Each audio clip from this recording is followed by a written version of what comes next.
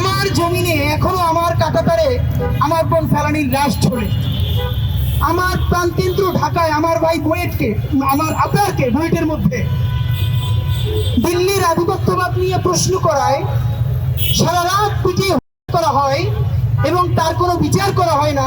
এরকম একজন আপনারের গল্প আমরা জানি।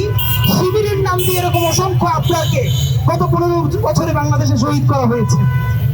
আমাদের ইলিয়াস আলী আমাদের পানির অধিকার নিয়ে কথা বলতে গিয়ে যে গুম হয়েছেন, সেই গুম হওয়ার পর তার লাশটাকে চিরে সেই লাশের মধ্যে পাথর ঢুকিয়ে সাগরে ভাসিয়ে দেওয়া হয়েছে। হাসিনা এইটা করে পরের দিন ইলিয়াস আলীর ছোট কন্যাকে পাশে বসে এসে কুমিরের মায়া কান্না করছেন। বাংলাদেশের অধিকারের কথা বলতে গিয়ে সালাউদ্দিন আহমদকে জীবিত পাওয়া গেল ভারতের সীমান্তের মধ্যে। স্বাধীন সার্বভৌমত্ব রাষ্ট্র যদি হয়, সাইদি সাহেবের সাক্ষী সুখরঞ্জন বালি আদালতের সামনে সাক্ষ্য দিতে গিয়ে গুম হয়ে গেলেন, আর কোনো খবর নাই। তাকে ভারতের মধ্যে পাওয়া গেল।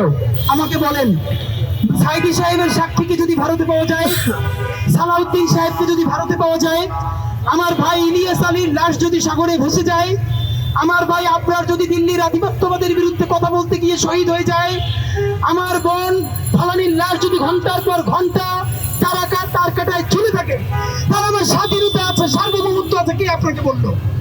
সুতরাং আমাদের লড়াই সার্বভৌম বাংলাদেশ গড়বার লড়াই। যেই বাংলাদেশের সীমান্ত, যেই বাংলাদেশের স্বাধীনতা, যেই বাংলাদেশের সমস্ত সিদ্ধান্ত গ্রহণ করবে, একক কোনো রাজনৈতিক দল নয়, কোনো বিদেশি বন্ধু নয়, সিদ্ধান্ত গ্রহণ করবে বাংলাদেশের জনগণ। এবং সেই লড়াইয়ের যে রাজনীতি, সেই রাজনীতি ওসমান হাদিদের রাজনীতি, বাংলাদেশের রাজনীতি। আমি মনে হয় আমাদের নির্বাচনী ইশতেহার আপনাকে বলে দিতে পারলাম। আশা করি আমরা ক্লিয়ার করতে পেরেছি। Thank you. আর কারো কোনো প্রশ্ন?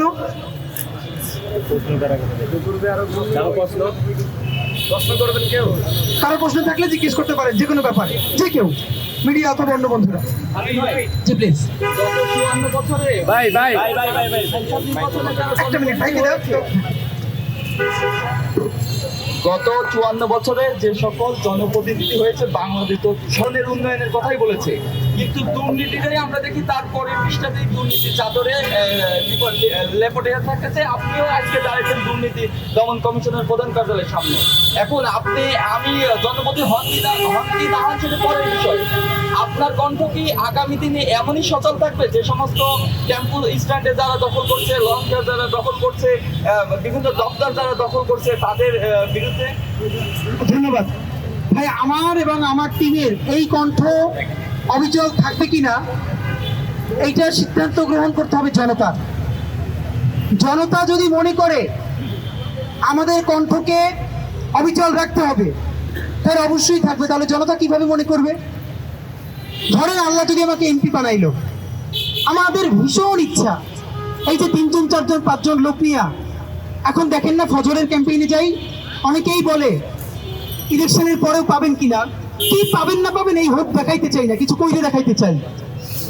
ওসমান হাদি ইনশাআল্লাহ এমপি নির্বাচিত হইলে যতগুলো মসজিদে ইলেকশনের আগে গেছি, পরবর্তী 5 বছর ধইরা কেউ জানার আগে দেখবেন 2 জন 3 জন লোক নিয়ে ফজর জোহর আসর মাগরিব উপস্থিত হবে ইনশাআল্লাহ। কোনো মিডিয়া ছাড়া, কোনো প্রোটোকল ছাড়া, স্কুল কলেজ ইউনিভার্সিটিতে আমার ভাই বন্ধুদের সাথে গিয়ে সাক্ষাৎ করবো, এটা আপনারা দেখবেন, আল্লাহ যদি আমাদেরকে বাঁচাই রাখে। নাম্বার 2, কিন্তু আপনাদেরও তো একটা ভাই করণীয় আছে। এই যে এখান থেকে হেঁটে যাবো, 2 জনের সাথে কথা বলবো। আমাদের বাংলাদেশে কি একটা সমস্যা দেখেন, কেউ যদি একটু পরিচিত হয়, তারা আমরা গিয়ে কোনো কাজ ছাড়া 50 জন 100 জন ধরে ঘিরে থাকি।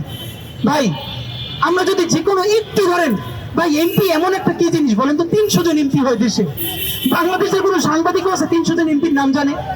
তো আমি ধরেন এমপি হইলাম, এখন আমাকে আপনারা এমপি দেখা সবাই সারাদিন শুধু নামার আগেই হুড়োহুড়ি করে এমন ভাবে আমার করলেন, আমার জনবিচ্ছিন্ন করে ফেলাইলেন, তাহলে তো আমি ওই জনতার যে জবান কইবো শুনতে পাবো না। আমাকে এমন চাটুকরিতে করলেন, ভাই আপনি সেরা ভাই, এই ভাই ভাই করতে করতে আমার আসমানে তুলে ফেললেন। কবে আসমান থেকে পয়রে শেষ হয়ে যাবো আপনি খবর পাবেন না, তখন আর আপনারা কেউ ভাইও থাকবেন না। সুতরাং আপনারা যে জনতার হাতিকে ভালোবাসেন, যে জনতার কথা বলে কোনো প্রোটোকল ছাড়া, সে এমপি না, যদি বাংলাদেশের প্রধানমন্ত্রীও কোনোদিন হয়, তাকে জনতার কাতারে আপনাদেরকে সহযোগিতা করতে হবে। তাকে কোনো স্পেশাল ট্রিটমেন্ট দেওয়া যাবে না, তাহলে ভাই ভাই নেই ডাকতে পারতে হবে, নাম্বার 1। নাম্বার 2 হলো, দেখেন আমরা চাই দুদক এমন একটা প্রতিষ্ঠান হয়ে উঠুক যেন রানিং কোনো মন্ত্রীর বিরুদ্ধে কোনো সাধারণ নাগরিক দুর্নীতি দমন কমিশনে এসে তার বিরুদ্ধে মামলা করতে পারবে, এবং কোনো এমপি বা মন্ত্রীর বিরুদ্ধে মামলা করার পর যেন সে আবার আমরা না শুনি তার পরিবার সংবাদ সম্মেলন করে বলে যে এই মামলার পর সে গুম হয়ে গেছে। বাংলাদেশে গুম আর কোনোদিন ফেরত আসতে পারবে না। এবং দুর্নীতি দমন কমিশনকে আমরা জানাতে চাই, আমি আজকে সামনে চ্যালেঞ্জ দিলাম, ভাই ধরেন আমি এমপি হইলাম, আমার বিরুদ্ধে মামলা কি শুধু এমপি হইলেই করবেন, মন্ত্রী হইলেই করবেন? এই যে আমারে মানুষ 5 টাকা 10 টাকা দিচ্ছে, কোয়ান্টিটি কম, ধরেন 15 কোটি টাকা না 15 লাখ টাকা তো দিচ্ছে, যে এই টাকাটা কতটা স্বচ্ছ এটা নিয়েও তো দুদকের তদন্ত হওয়া উচিত না? কেন সেইটা 1500 কোটি টাকা পাচার হওয়ার আগে হবে না? ভাই হিসাব তো হিসাবই, দুর্নীতি 500 টাকাও দুর্নীতি আর 5 লাখ টাকাও দুর্নীতি। তাহলে দুদক যদি এখনই আমার পিছনে ফাইল ওপেন করে, আমি তো এখনই হেদায়েতপ্রাপ্ত হয়ে যাবো, ভাই আমার পিছনে দুদক লাগে আছে, তাহলে আমি চুরি চামারি না করি। কিন্তু যদি আপনি চিন্তা করেন যে না আমি একটু বেশি পয়সা খাইয়ে নেই তারপর ধরবেন, তাইলে আমিও বড়চোর হয়ে গেলাম, আপনারও কোনো উপকার হইল না।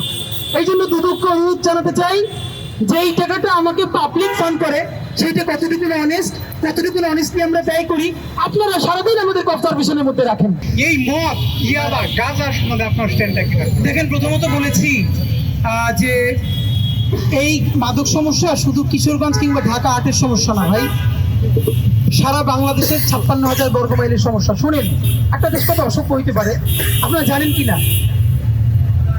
ভারত একসময় ফেন্সিডিলের কারখানাগুলো বাংলাদেশ সীমান্তের কাছাকাছি তৈরি করত। এখনো একটা দেশের 2টা জিনিস ধ্বংস করতে পারলে সেই দেশ নিয়ে আপনার চিন্তা করা লাগবে না, সে অটোমেটিকলি আপনার আজীবনের জন্য গোলাম হয়ে যাবে। 1 নাম্বার, সেই দেশের তরুণদের শক্তি। আপনি মাদক দিয়ে বিরোধ করে রাখবেন, সে কোনোদিন আপনার বিরুদ্ধে লড়াই করবে না, লড়াই করতে চাইবে আবার মাদক ধরাই দিবেন, সে আপনার পক্ষে থাকবে। আর হইল শিক্ষা ব্যবস্থা।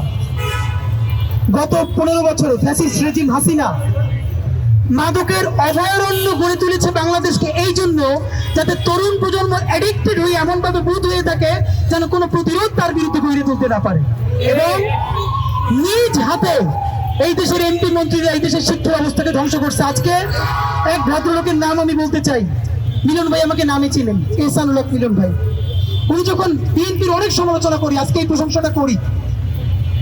আমার আব্বা আমার উপজেলার কেন্দ্রীয় সচিব ছিলেন পরীক্ষার, তখন আওয়ামী লীগ শেষের দিকে ক্ষমতায়, মাদ্রাসা সচিব, কেন্দ্র সচিব। তো অঘোষিতভাবে এমন ছিল যে নকল করতেই দেওয়া লাগবে, মানে শিক্ষকদের কাজ হইল ম্যাজিস্ট্রেট আসলে সকল সবাই বলা যায় ম্যাজিস্ট্রেট আসলে লুকাই ফেলো, ম্যাজিস্ট্রেট চলে যাবে তারা নকল করবে। তো তখন এইরকম গাইড বই সবাই কিনে আনতো, গাইড বই কিনে আনতো, নতুন বই আগের রাতে কিন্তু পরীক্ষার হলে দেখে দেখে। তো এরপর 1 বস্তা বই হতো। আমি বলি এইটা যারা 96, 97, 2000 থেকে যারা পরীক্ষা দিচ্ছেন বা আত্মীয় স্বজন আছে, বাংলাদেশের প্রত্যেকটা পরীক্ষার কেন্দ্রে এইটা ঘটছে। এখন পরীক্ষা শেষ হওয়ার পর এই মোটা মোটা নতুন গাইড এগুলো যদি পরীক্ষার কেন্দ্রের আশেপাশে কোথাও ফেলায় তাহলে ইজ্জত যায় না, নকল হয় তাই এটা দেখানো যায়। আব্বার মাদ্রাসার দপ্তরিরা প্রতিদিন 1 বস্তা বই নকল আমাদের বাসায় দিয়ে যাইতো সন্ধ্যার পর লুকাই রাখার জন্য। আমি আর আমার মায়ের একটা ব্যবসা ছিল, এগুলোর মধ্যে নতুন বই পুরান বই আলাদা করতাম দোতলায় সব। এরপরে এগুলো বই ওই যে সামনের দোকানে বিক্রি করে দিতাম, মায়ের আমি ভাগ ভাগ করে অর্ধেক টাকা নিতাম। কি দারুণ ব্যবসা! ওই যে একদম নতুন বই, নকলের অভয়ারণ্য বলতেছি, মানে এর বিরুদ্ধে আপনি কিছু করতে পারবেন না। বিএনপি সরকার ক্ষমতায় আসলো, বিএনপি সরকার যদি একটা ভালো কাজ 2001 থেকে 6 করছে, সেই প্রশংসাটা তারা নিজেরাও সামনে আনতে পারেন, আমরা আনবো কেমনি? এখন সমালোচনা করলে বলে আমরা বিএনপির বিরুদ্ধে। বিএনপির পক্ষে যে কথা বলছি দায়িত্ব নিয়ে বলি, বেগম জিয়ার ব্যাপারে, শহীদ জিয়ার ব্যাপারে বিএনপির নৈতিক অবস্থানের পক্ষে যেই কথা আমরা বলছি এখন পর্যন্ত বিএনপির কোন স্থায়ী কমিটির সদস্য তা বলতে পারে না।